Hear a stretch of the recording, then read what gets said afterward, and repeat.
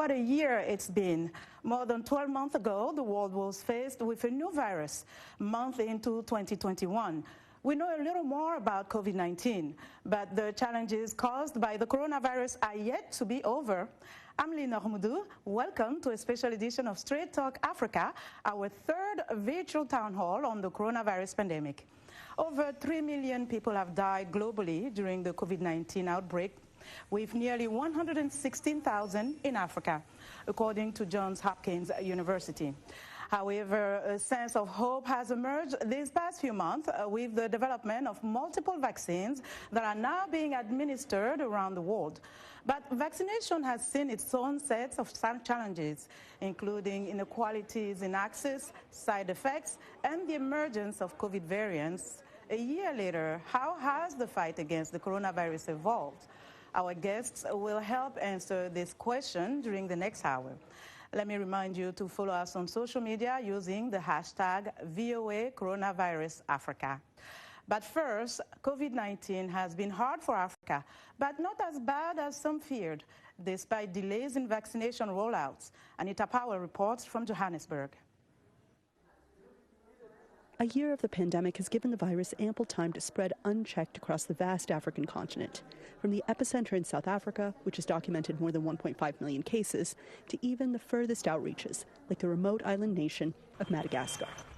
The Indian Ocean nation far off the African coast has seen a rise in cases and in deaths, its health minister said. We have the virus, which is the South African variant, and this second wave. Also, this virus has a particularity. It triggers more severe forms, hence the increase of deaths in Madagascar currently. Africa has suffered fewer cases than the rest of the planet, but its lack of infrastructure, financial challenges, and its high burden of HIV makes everything that much harder. In Eswatini, the tiny southern African nation, the health minister told VOA last month they would soon begin a mass vaccination campaign, several months after developed nations started theirs. But in a bit of good news, Health Minister Lizzie Nkosi says they found HIV-positive COVID patients did not fare as badly as they had feared. And what we've learned, not just us, but across the world, is that HIV turned out not to be such a major factor. It is a factor, but in terms of the people that get severely ill and the people that we've lost, I mean, from our death audit that we did recently, we found that 82% of the people that have died have had comorbidities, and about 80% of those had either diabetes mellitus, high blood pressure, and the combination of those. WHO Director Tedros Adhanom Ghebreyesus recently warned countries with youthful populations, like African nations, that now is not the time to relax. This disease is not flu. Young, healthy people have died. And we still don't fully understand the long-term consequences of infection for those who survive. This pandemic is a long way from over. COVID-19 has killed more than 80,000 people across Africa. But that number is much lower than the death tolls seen in the US, India, or Brazil. And as Tedros notes, tens of millions of vaccines are headed for the continent. For all the difficulties, Africa may still escape the worst of this pandemic. Anita Powell, VOA News, Johannesburg. Now it is my pleasure to introduce our guests who are all joining us remotely. We start in the Congolese capital, Brazzaville, with Phionah Atuhebwe, Regional New Vaccines Introduction Medical Officer for the World Health Organization Regional Office for Africa. Next to Pretoria, South Africa, we have Professor Jeffrey Mphahlele, Vice President for Research at the South African Medical Research Council. Also joining us next from Fargo, North Dakota, here in the United States, is Dr. Bertha Serwa, Adjunct Assistant Professor of Medicine at the Kansas Health Sciences Center and a member of the Case Management Technical Working Group of Africa CDC's African Task Force for the Management of COVID-19. Finally, still in the United States, from Dover, Delaware, is Tolbert Nyenswah, Senior Research Associate at Johns Hopkins Bloomberg School of Public Health and former Deputy Minister of Health, Emergencies, and Epidemic Control of Liberia.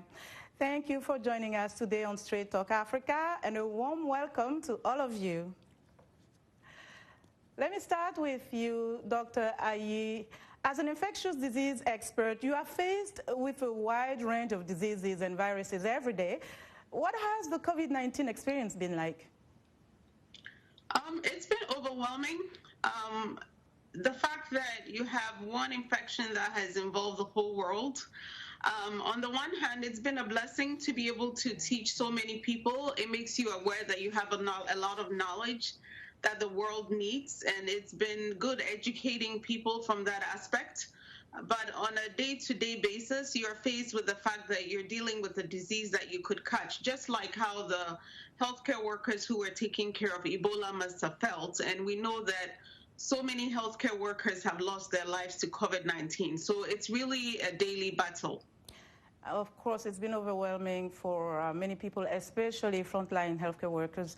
Now, Tolbert Nyenswah, as former Deputy Minister of Health of Liberia, you've gone through the devastating epidemic of Ebola in West Africa that ended in 2016. What is your take on this pandemic? So thank you for having me on, Leonard, for really having me on and doing this. Thank you very much. The COVID-19 pandemic, yet again, demonstrates the importance of global health security, that in an outbreak anywhere in the world, whether in a village or somewhere, should concern everybody. The reason is we are getting closer and closer. The interface between animals, humans, and the environment, the one health issue should take concern and be a priority for countries. You imagine, Leonard, in the past 73 years of the establishment of the World Health Organization, about 7 decades ago, the past 10 decades have been very much concerning, because the World Health Organization, for example, since 2009, WHO have declared 6 public health emergencies of international concern. If you believe a few, the 2009 H1N1 swine flu, the 2014 polio declaration.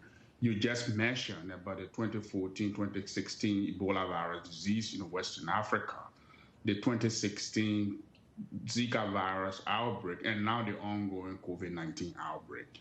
This is very, very serious. Very serious indeed. And speaking of the WHO, Dr. Phionah Atuhebwe, the coronavirus outbreak has been quite dynamic with many uncertainties this past year, and it has really kept the WHO very busy. How would you say it has been for you?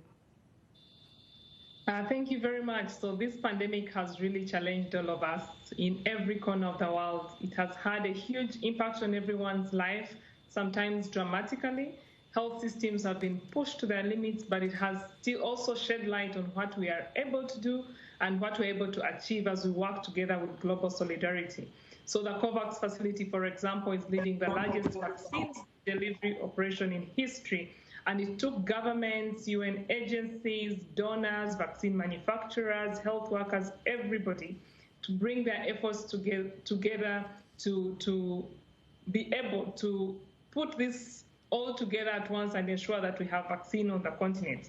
There surely remains a lot of uncertainties regarding the end of the pandemic, but the efforts undertaken by governments, health workers, scientists, everybody, and in order to contain and adapt to this pandemic will hopefully pave way for stronger health systems and fairer international collaboration.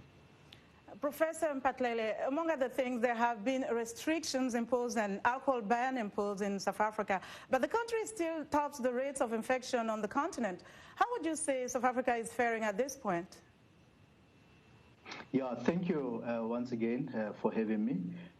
South Africa is the hardest hit on the African continent, and it remains the epicenter of the infection. So clearly there are a number of factors which are contributing to the prevalence of COVID-19 in South Africa. And my take is that for amongst other reasons, I would say that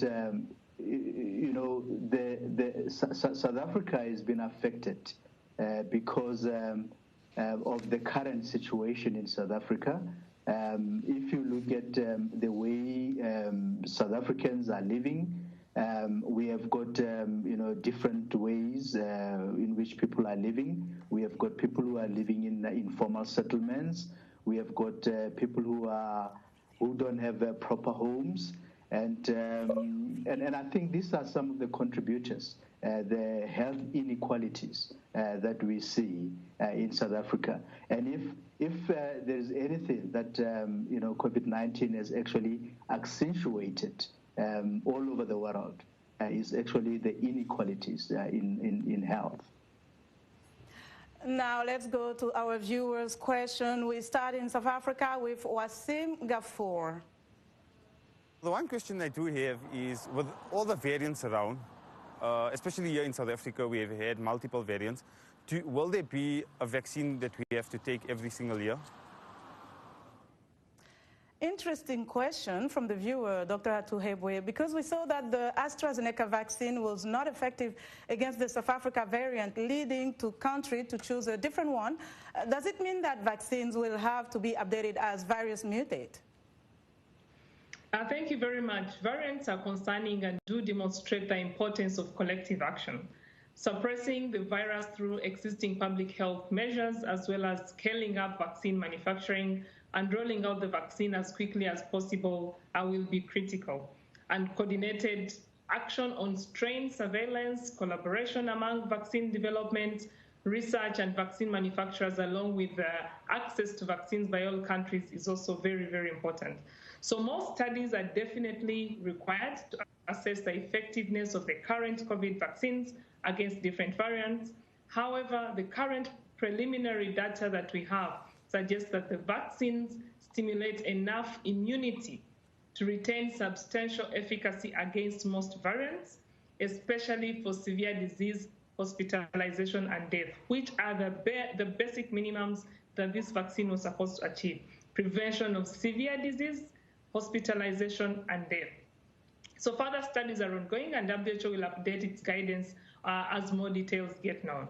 And we're enhancing our existing mechanism for tracking and evaluating variants that may affect vaccine composition, and expanding that mechanism to provide guidance to manufacturers and countries on changes that may be needed for vaccines.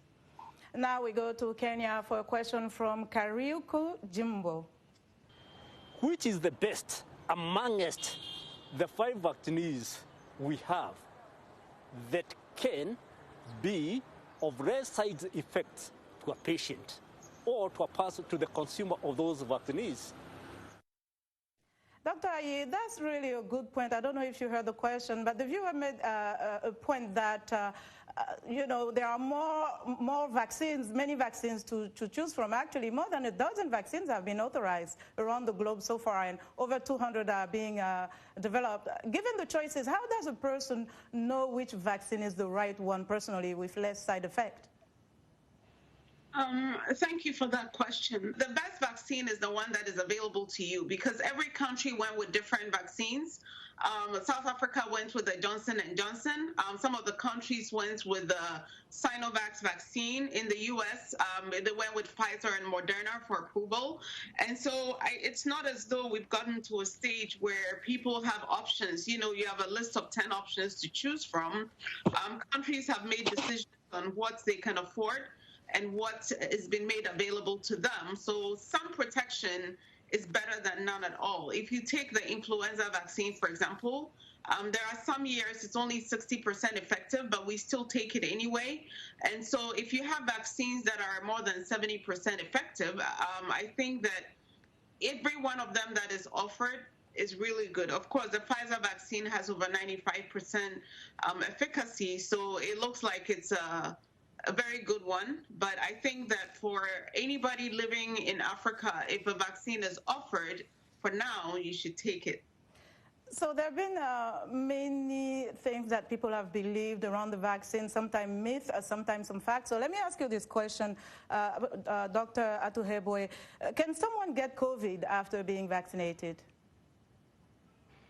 Thank you again for that question. Yes, someone can get COVID after being vaccinated, because the body takes time to build that immunity. It takes about 2 weeks even after the second dose. So there is still a window within which people can still get COVID. But again, remember that this vaccine is not, right now we don't have information on if the vaccine spreads, stops the spread of infection from one person to another. The vaccine is basically supposed to reduce your chances of getting severe disease, getting hospitalized, or even dying. So at the moment, yes, you can still get COVID, but we hope that you don't get a severe form of COVID, nor should you die if you're vaccinated. Absolutely. Now let's go to a viewer in Ghana. How safe in the long term is a vaccine? Every vaccine has a side effect. What is the long-term effect of the vaccine? Professor Mphahlele, to you, what do we know about the vaccine long-term safety? And I will have efficacy, really. If we narrow down to the first 4 vaccines, Pfizer, AstraZeneca, Moderna, and Johnson & Johnson, what do we know? So let me start by saying that, when it comes to the side effects to vaccines and the adverse events, obviously this depends on individuals. We react differently to pharmaceutical products. And it is an important, important consideration to take when taking any pharmaceutical product. So for the vaccines, obviously based on the clinical trials that were done and based on the limited use so far, we know that the major side effects and adverse events have been reported. By and large, these are within acceptable profile of vaccines. There are some concerns with some of the side effects, like anaphylaxis. But this is just the nature of the vaccines. So when you do a clinical trial, obviously you can't test the vaccine in millions and millions of volunteers. The minute you start rolling it out, you can pick up rare side effects. And this is where the question probably is related to, because if there is any long-term side effect, this will be a rare side effect that will be picked up when the vaccines are rolled out in the population. More and more doses are administered to the population, and one can never predict what would be these rare side effects. But there is a possibility of rare side effects, but we shouldn't really worry much about this. Okay, and some experts say the benefits outweigh the risks. And now let's stay in West Africa with our next question. Moussa Diop in Senegal. On voit déjà avec la France. We have seen France backtracking and stopping the use of vaccine. Are the vaccines really safe? Dr. Atuhebwe, back to you. France, along with some other countries, paused the use of AstraZeneca at some point due to reports of blood clots. We mentioned it earlier, which has also been observed in some people with the J&J vaccine, which is currently used in South Africa. Are the vaccines really safe? How is WHO ensuring that people really trust new vaccines deployed on the continent? That's an excellent question. Thank you. So indeed, we've had about 14.2 million AstraZeneca vaccine doses that have been administered in Africa alone, with most of the adverse reports following immunization involving only mild to moderate side effects like the professor mentioned. No cases of blood coagulation disorders have been reported in Africa so far. We also need to know that over 60% of the vaccines used globally are actually AstraZeneca vaccine. WHO considers that the benefits of AstraZeneca greatly outweigh the risks, and countries in Africa should continue and to vaccinate people with AstraZeneca vaccine. So the vaccine remains a valuable tool to fight side effects and the illnesses, reducing deaths to up to 80%. One of my female counterparts mentioned that the vaccine now available to you at hand is the best vaccine that you have so far. Available data still suggests an increased risk of this thrombocytopenia syndrome, with thrombosis with thrombocytopenia syndrome, like we've called it, with AstraZeneca vaccines, and it appears to be quite low. And the data from the UK suggests that the risk is approximately 4 cases per million adults, about 1 case per 250,000 adults who receive the vaccine, while the rate is estimated at 1 per 1 million in the European Union. So this data also shows that the risk is higher in younger adults. The age-related risk requires further analysis. But generally, the serious side effects, true, may occur, and we say that this is very uncommon. The Global Advisory Committee on Vaccine Safety has advised that and together with the Strategic Advisory Group of Experts, have updated their interim recommendation on the use of AstraZeneca across age brackets and levels of exposure. So more information is coming in, but still the stand from WHO and the European Medicines Agency is that the benefits do outweigh the risks, which the blood clotting syndromes are quite very rare, and we should go ahead to use this vaccine. So as we mentioned, there is a lot of skepticism around some of the vaccine, and people fear to get vaccinated against COVID-19. Here are some of the concerns that people have shared with us. That's why I'm using my nose mask always, and then washing my hand with soap and running water, and then the use of hand sanitizer. Vaccine is not something. No. Now that it's even new in the system, don't trust. I'm not sure whether the vaccine itself is safe or not. One, we understand that some countries have suspended the use of those vaccines because of the blood clots of the already vaccinated, of the vaccinated people. Secondly, the way government is handling these issues, maybe some people feel what they are bringing to Kenya, maybe it is not the original vaccine. So it is upon the government now to come clear whether the vaccine is safe to use or not. The day I see the vaccine curing people, I will get vaccinated. But I have heard a lot of rumors on the vaccines, because people have contracted other diseases after being vaccinated. I do not want that. For now, what I want is we need more elaborated way of, getting the people to understand what is happening on the other part of countries where people they've stopped vaccinating them because of the kind of drug that they are using. So if they continue to educate us more about what is happening, because we follow, so they should give us more information for us to realize that the drug is safe for us all, then we all go there and then get ourselves vaccinated. Dr. Ayi, someone in the video mentioned that people have contracted other diseases after being vaccinated. Tolbert Nyenswah said that's not a possibility. What is your reaction, and what are some common side effects that people would experience, and when should they be concerned and seek medical help? Okay, do you mean other people who have received the COVID-19 vaccine have contracted other diseases? That's what one person said, yes. Some people believe it. I don't think so. The COVID-19 vaccine is designed to prevent severe illness from somebody who would contract or at least be exposed to COVID-19. So I don't think that the vaccine in itself would give you other diseases. And so I want to encourage people that vaccines are useful, they're safe.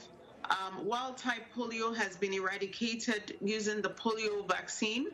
And this, even though the vaccines, COVID-19 seems to have been developed in a short amount of time, the only reason why it was done is that there was funding available. And because we're in the middle of a pandemic, it was easy to quickly prove or show that the vaccines are safe. At this point, we don't have much evidence of long-term effects. I have been vaccinated back in January. I'm not experiencing any long-term effects. And people who have received the vaccines are going to be followed very closely. And so I think overall, these are safe vaccines that people are encouraged, and I would strongly recommend that people go ahead and get the vaccines. So, Dr. Atuhebwe, explain for us, please, the science behind some of the vaccines. We hear about the adenovirus vaccine, like AstraZeneca, and the mRNA vaccines, such as Pfizer. What is the difference, briefly? Okay, again, so the messenger RNA vaccines, where the anti-vaxxers have been able to penetrate and tell people wrong information that this is vaccine that will change your DNA and all that. Anyway, these contain material from the virus that causes COVID-19 and gives our cells instructions for how to make a harmless protein that is unique to the virus. After our cells make copies of this protein, they destroy the genetic material from the vaccine. Our bodies then recognize that the protein should not be, our bodies then recognize that the protein should not be there, and build what we call T and B cell lymphocytes that will remember to fight the virus that causes COVID-19 if we are infected in the future or come into contact with this virus. While the vector vaccines contain a modified form of a different virus than the one that causes COVID-19, inside the shell of this modified virus, there is a material from the virus that causes COVID-19. This is called a viral vector. Once the viral vector is inside our cells, the genetic material gives cells instructions to make a protein that is unique to that virus that causes COVID-19. And using these instructions, our cells make copies of that protein.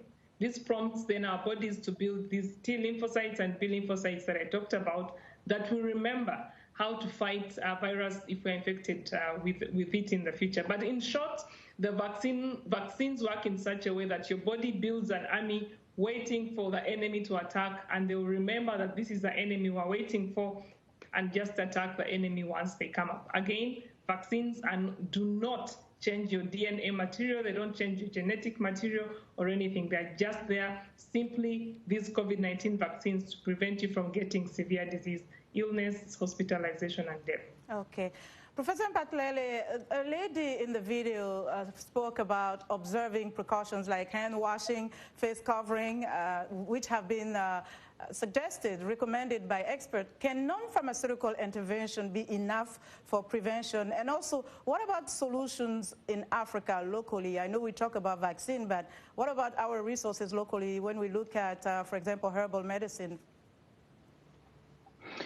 Sure. So the non-pharmaceutical interventions, they do work, and in fact, we have seen in South Africa in 2020 that because most of us were using the non-pharmaceutical interventions religiously, we haven't experienced a normal flu season in South Africa, and part of this can be attributed to the fact that we were using non-pharmaceutical interventions.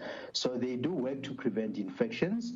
The problem is that we can't use this for a long time because we need to return to normal life where people are able to interact without wearing masks and without the boundaries of non-pharmaceutical interventions. And this is where the vaccination becomes important, because if you are vaccinated, you know that even if you do get infected, you have less chances of getting a severe disease.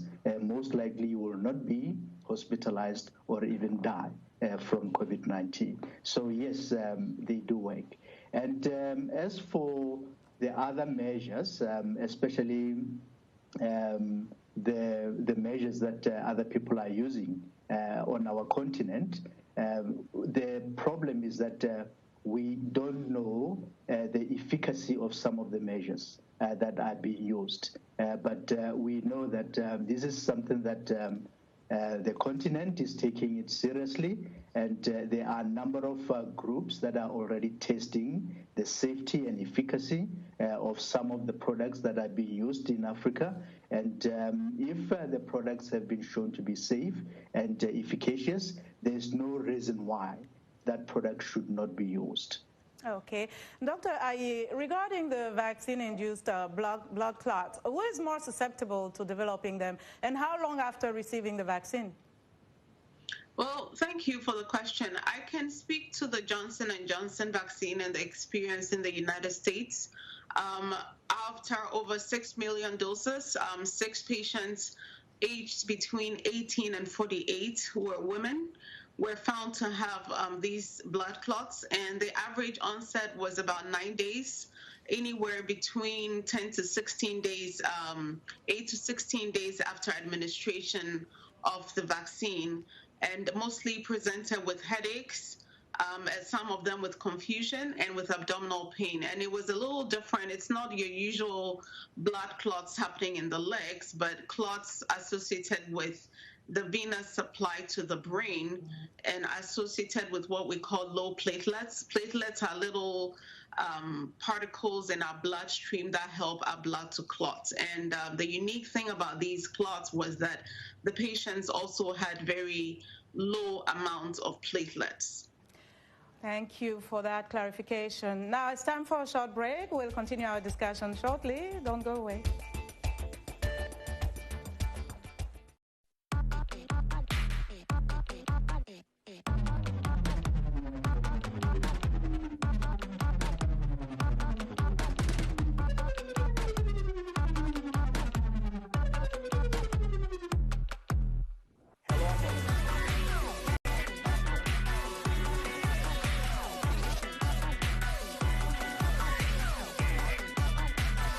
From around the world. Let's go.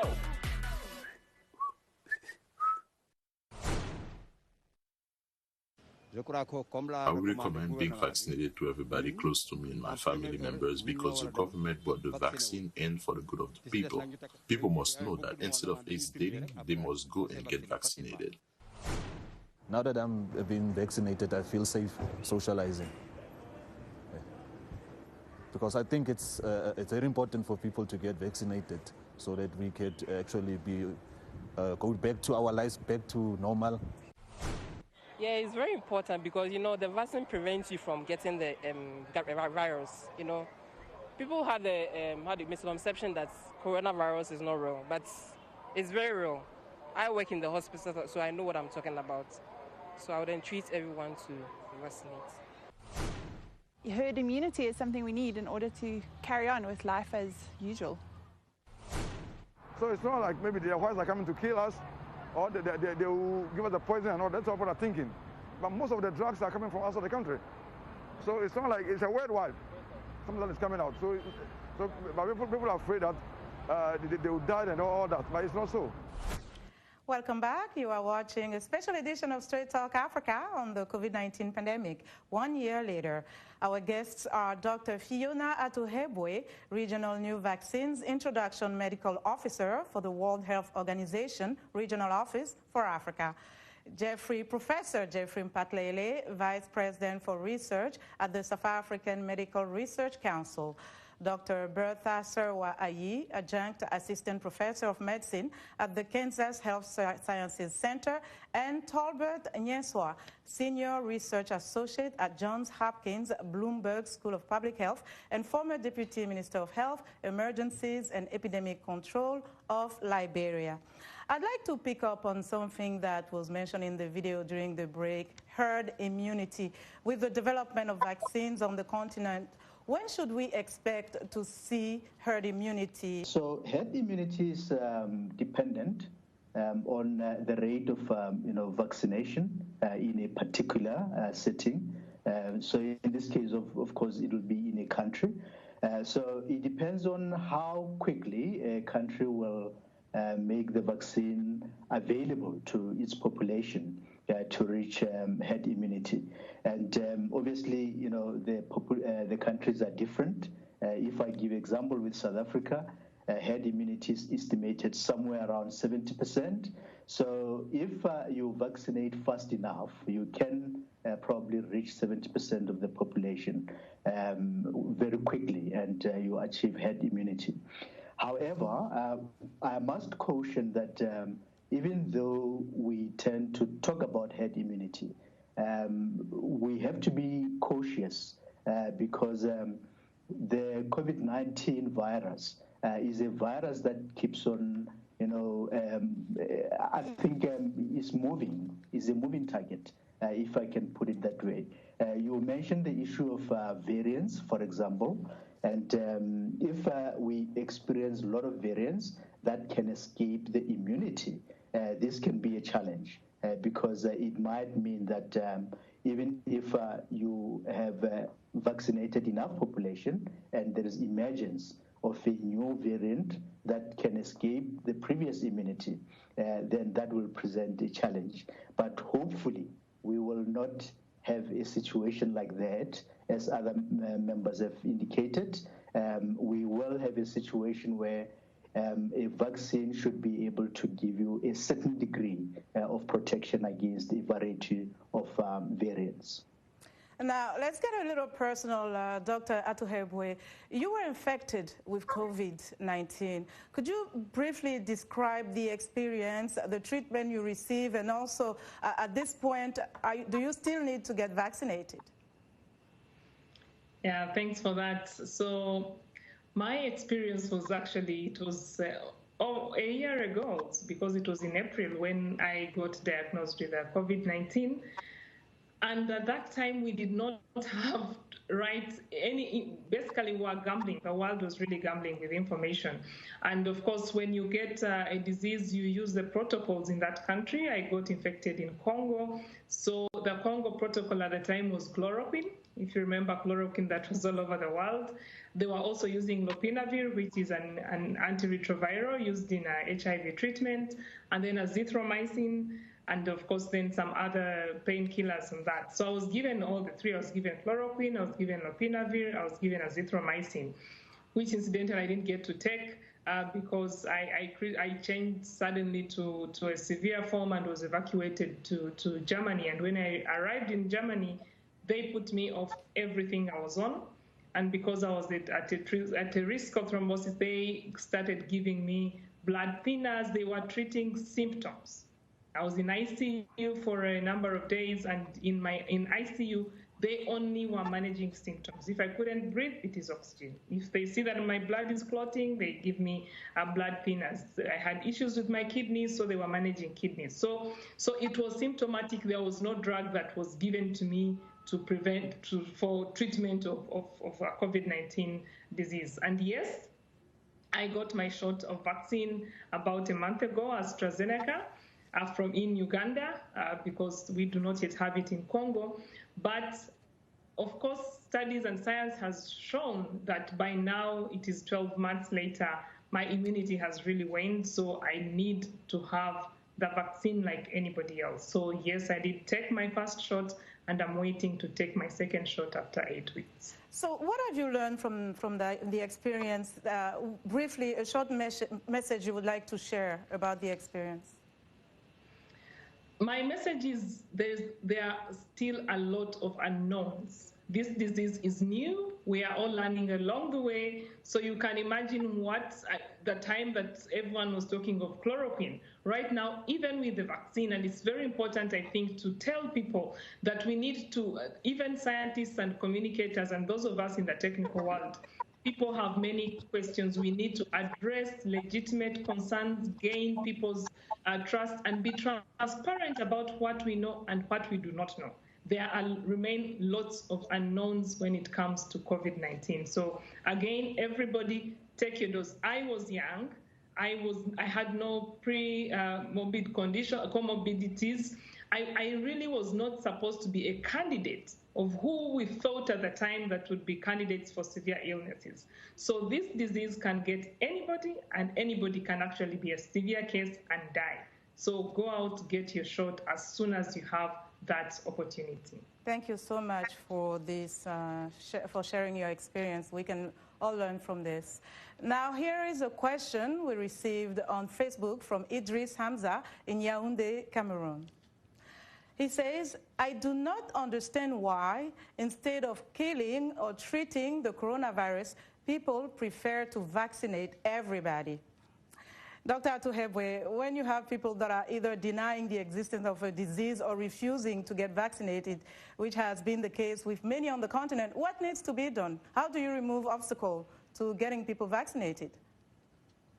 Again, as I mentioned, we need to address people's legitimate concerns. We keep assuming when we work at a high level and all your life is about vaccines and viruses and all this, we assume that people out there, we assume that it will be very easy for everyone to understand. So gaining the trust of communities, being transparent again of what we know and what we don't know, and ensuring that we communicate the right information, not just at national levels, but also at community levels, is very, very important. Using the medium that people use, the fake news people use, going out on social media, but not everyone has internet. So we need to find what people respond to, and people do respond to strong leadership. That is why it is very, very important that leaders come out and get their people to gain confidence in the vaccines. And we also need to acknowledge the fact that vaccine is not there for the general population, unlike in the past where we would have vaccines for everybody. So it's difficult also to widely generate demand for a product that is not widely available. So that crisis communication and community engagement, as previously mentioned by one speaker, is very important. Dr. Mphahlele, what about treatment? There have been over 200 vaccine candidates, and we heard a lot about what not to do when it comes to treatment. Do not use chloroquine, hydroxychloroquine at some point. Do not use ivermectin at some point. But what is being done for treatment in terms of research? Well, there is a number of studies and research projects that are looking at better treatment for those who are already infected. And obviously, it depends on the degree the person is affected by COVID-19. In some cases, you don't necessarily need a treatment. You just need what we call just general management of the patient, the use of, for example, oxygen support and stuff like that will help you to recover. But you also have severe cases where you do need, treatment. So just like in the areas of vaccines, where there is a lot of research, R&D, there is still research in the area of treatment, but I must say that while treatment is important, because not everybody will get the vaccine, and still we know that there will be people who will require treatment genuinely. While treatment is important, it is also important to emphasize that the reason more emphasis is put on vaccine is because prevention is better than cure. And we also know that, in fact, when you are vaccinated, you're saving far more lives than when you don't get the vaccine and eventually you need treatment. So treatment options are being investigated. There are a couple of those that are already available and are being used, but there is still a lot of research in that area. Professor Mphahlele, given the statistic that I just shared, the African Union announced on April 13th a partnership to make vaccines on the continent, and it's really important to see that some vaccines are developed on the continent, don't you think? What sort of impact do you see this partnership having in the continent's ability to fight diseases and outbreak in the future? This is an excellent initiative, and it should have happened many years ago. So obviously, with COVID-19, we can see that it has accelerated the process. We need vaccine development in Africa, not just by one country, but a number of countries. At the moment, if you look at the vaccine research and development landscape, I think Africa is very much involved with what I will call the second part of vaccine development, which is clinical development of vaccines. This is where a product is developed from other countries, and our researchers in Africa are able to do clinical trials from phase 1, all the way to phase 3 and licensure. But then the preclinical development is what is needed in Africa, where our researchers are able to construct these vaccines, are able to test them in animals, are able to do preclinical testing and show that they can work if they are advanced to clinical testing. So that is the area that requires attention in Africa.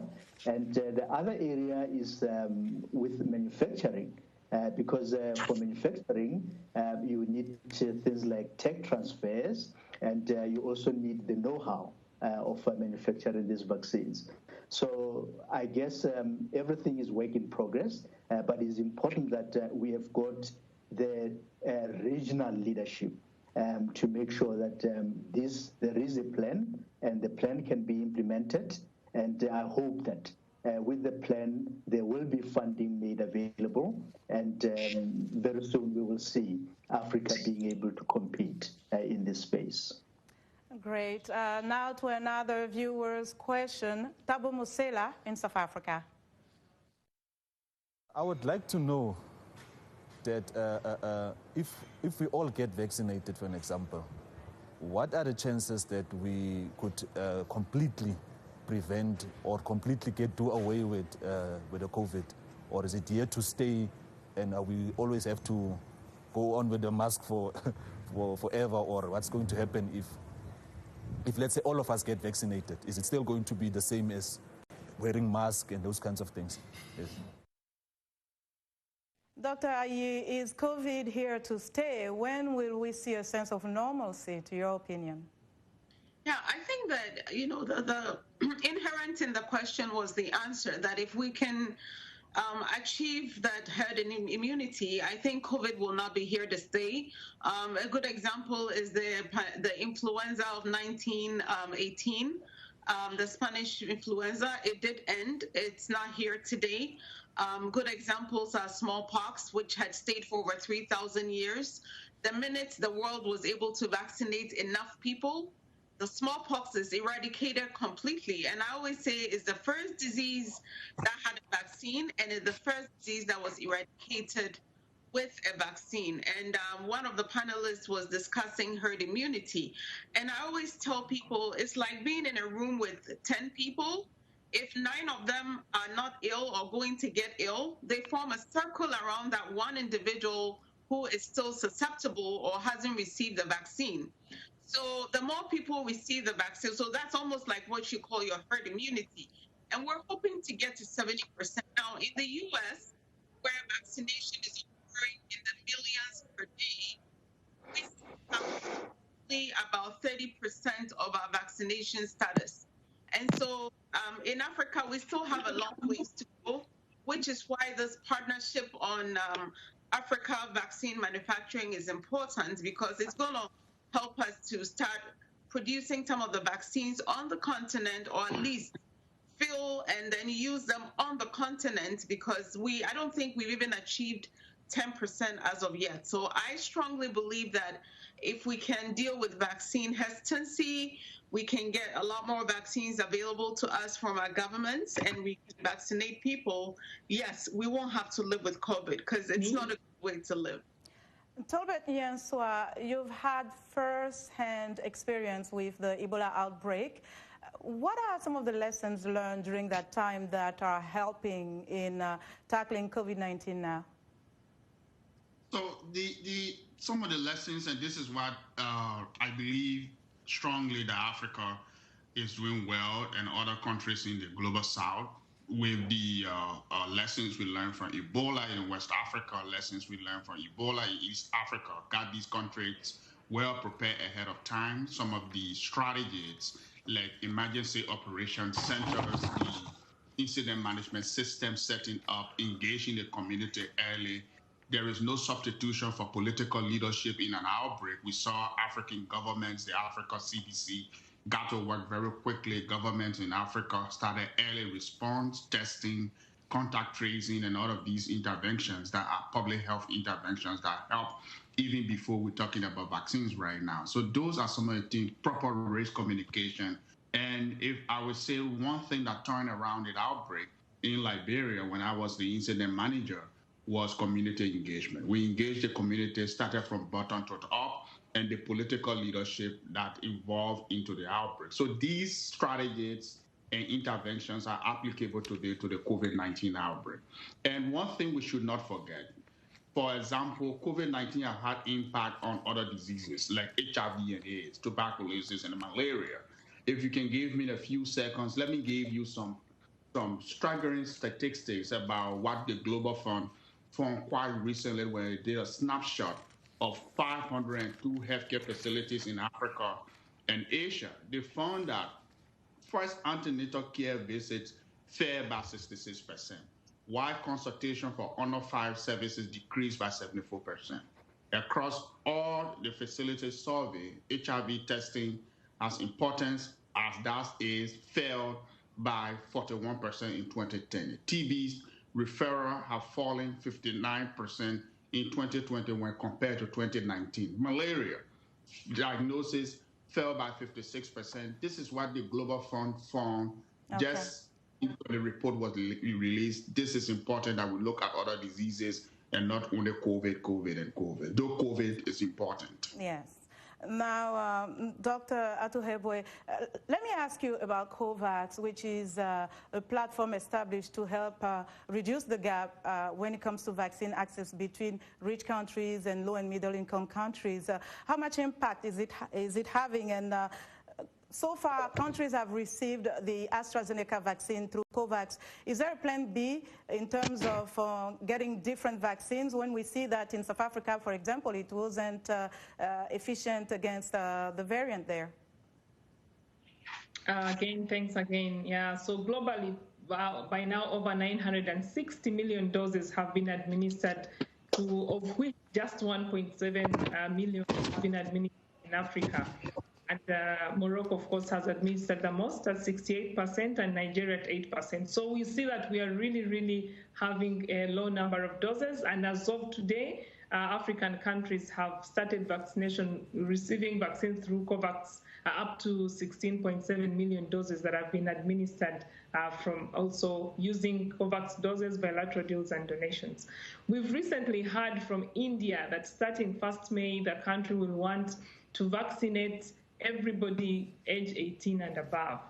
And the Serum Institute of India definitely is our biggest supplier to the COVAX facility, and these supply issues threaten what we're expecting. For example, the COVAX facility plans to distribute up to 600 million doses to the African continent by the end of 2021.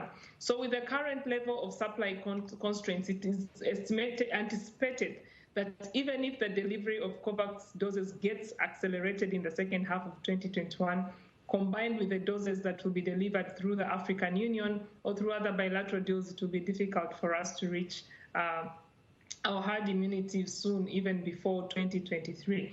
So we have many, the COVAX facilities having regular and very intensified negotiations with the government of India that we believe will yield a lot. But also remember, we are distributing AstraZeneca from this manufactured in South Korea.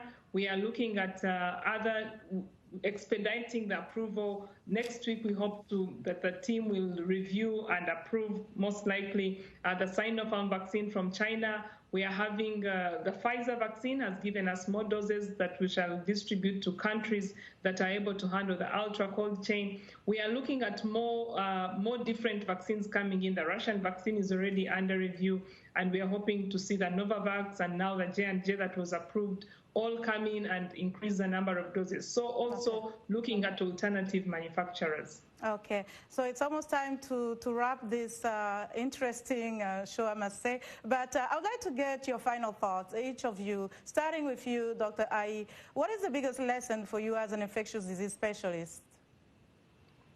I think for me, the biggest one was that sometimes you have to nip things in the bud and that we don't have to allow economy, trade, and financial reasons to stop us from stopping something when it is important, because like I think of what was happening in China back in between January and March, that if we hadn't looked at trade and travel and the world had come to a consensus, I think the concern that we might lose a lot of financial revenue in the process if we stop trade, I think that we have lost a lot more lives and a lot more financial loss after a year than if we had put all those things aside and allowed a global consensus to stop the spread of this disease. All right, thank you. I have to get the other panelists' final thoughts. So,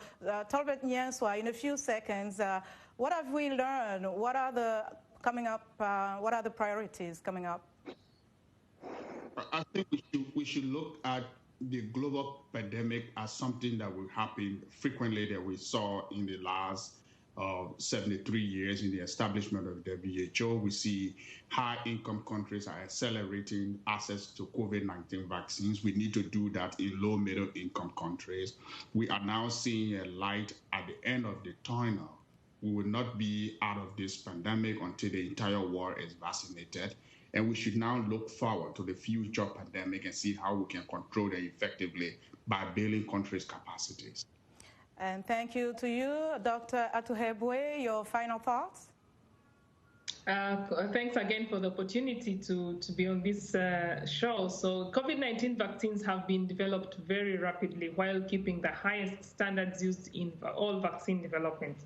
The quality, the safety, the efficacy of vaccines is one of WHO's highest priorities, and there are many strict protections that are put in place to ensure that the approved COVID-19 vaccines are safe.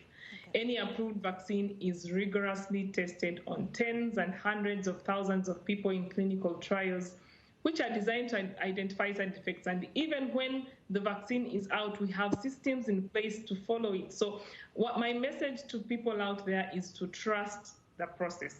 Trust the scientists. Trust people who are out here trying to do the best to end this pandemic. Let's not fake news stop you from getting vaccinated. Trust the process. The vaccine is safe. Trust is important indeed. In a few seconds, very briefly, Professor Mphahlele, your final thoughts. Thank you. Just three issues that I want to highlight. The first is that we need to pay attention to health systems. We need to strengthen health systems. The second issue is the issue of funding research. It is important that each and every country should take research seriously, fund research, and make sure that we include research infrastructure, because if we have any pandemic like this one, we rely very much on research to respond. And the last part is actually the issue of medical supplies. We need to ensure that countries secure medical supplies, and they've got the capacity to produce or manufacture these medical supplies, be it PPEs or drugs or vaccines. All these are important. Okay, we have to leave it there. Dr. Phionah Atuhebwe with the WHO Africa region, Professor Jeffrey Mphahlele with the South African Medical Research Council, Dr. Bertha Serwa with the Kansas Health Sciences Center, and Tolbert Nyenswah with Johns Hopkins Bloomberg School of Public Health. Thanks to all of you for being with us today and sharing your valuable insights. And thanks to you, our viewers, for watching and participating with your questions and comments. Just a reminder that the conversation will continue on Facebook right after this broadcast, and one of our experts at Tolbert Nyenswah actually will be there to answer your questions. I'm Linord Moudou. Stay safe, wash your hands, and don't forget to wear your mask in public and strive to make every day a healthy day.